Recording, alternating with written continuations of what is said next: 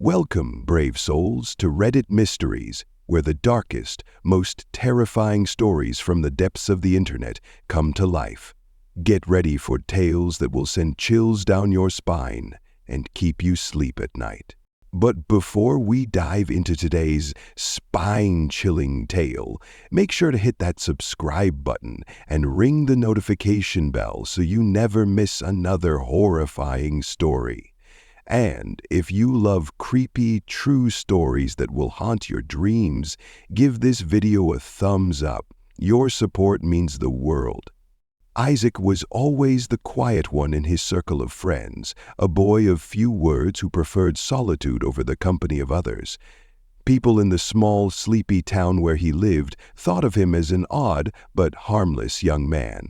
What they didn't know was that beneath his calm exterior lay a mind unraveling thread by thread. The first incident went unnoticed by most. A stray dog had been found mutilated behind the town's abandoned train station. Isaac had come home that night, his hands trembling and clothes smeared with dirt.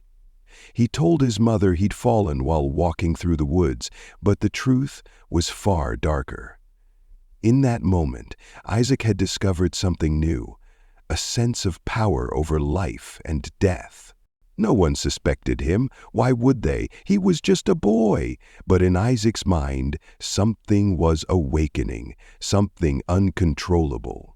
Isaac's room became a sanctuary for his dark thoughts. He started collecting objects, dolls, mannequins, and other discarded items. His favorite was a broken porcelain doll with missing eyes, which he called Emily. He'd talk to Emily for hours, whispering secrets and fears. "Do you know what it feels like, Emily?" he asked one night, his voice trembling, "to have everyone ignore you, to be invisible?" The doll, of course, remained silent, but Isaac pretended she listened, understood, even approved. One fateful night, Isaac's mother scolded him for skipping dinner to stay locked in his room. She'd opened the door and was horrified to find her son surrounded by his grotesque collection of dolls, each posed as if caught mid-scream. "What is wrong with you?" she shouted, grabbing Emily and throwing the doll against the wall. Isaac's face went blank, his eyes cold. Something inside him snapped. Later that night, as the house fell silent, Isaac retrieved the shattered pieces of Emily and cradled them.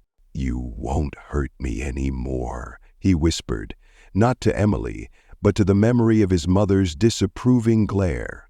A week later, a neighborhood boy went missing. His name was Thomas, a lively 10-year-old who was last seen riding his bicycle near Isaac's house.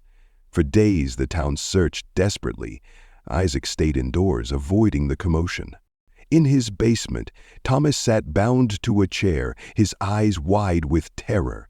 Isaac stood before him, a hammer in hand, muttering to himself.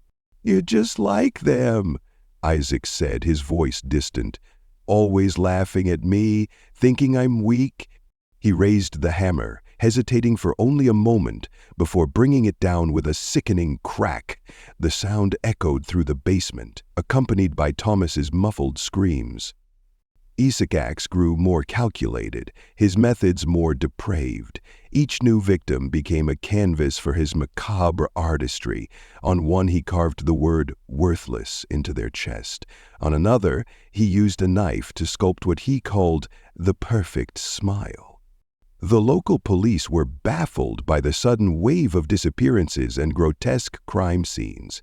The media labeled the unknown perpetrator the Shadow of Stillwater, a name that sent shivers down the spines of residents.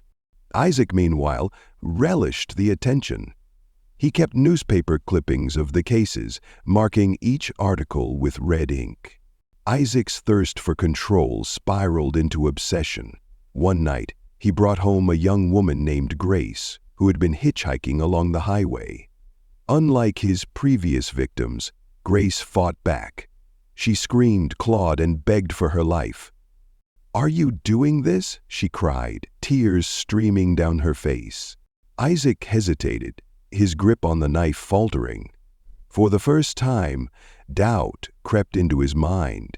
He stared at Grace, seeing not a victim but a reflection of his own humanity, fractured and lost. But the moment passed. Isaac's face hardened, and with a twisted grin he raised the knife. The morning after Grace's disappearance, the police received an anonymous tip leading them to Isaac's home. When they arrived, they found the basement door locked. Breaking it down, they discovered a gruesome gallery of Isaac's crimes. Blood-stained walls, mutilated mannequins, and the remains of his victims arranged in grotesque tableaux. Isaac sat in the corner, cradling Emily's shattered porcelain head. He didn't resist arrest, his vacant eyes staring into nothingness. As the officers dragged him away, Isaac muttered one chilling phrase over and over. "She told me to do it. Emily told me." Isaac was sentenced to life in prison, but his story didn't end there. Rumors began circulating that Isaac's cell was haunted. Guards reported hearing whispers late at night, and one claimed to have seen a porcelain doll sitting on Isaac's bed, though no doll was ever found. The legend of Isaac's disturbing acts became a cautionary tale in Stillwater. Parents warned their children to stay away from strangers, especially quiet ones. But for those who knew the truth, the most haunting part wasn't Isaac's crimes. It was the question of whether he had truly acted alone. After all, the whispers never stopped, and neither did the nightmares.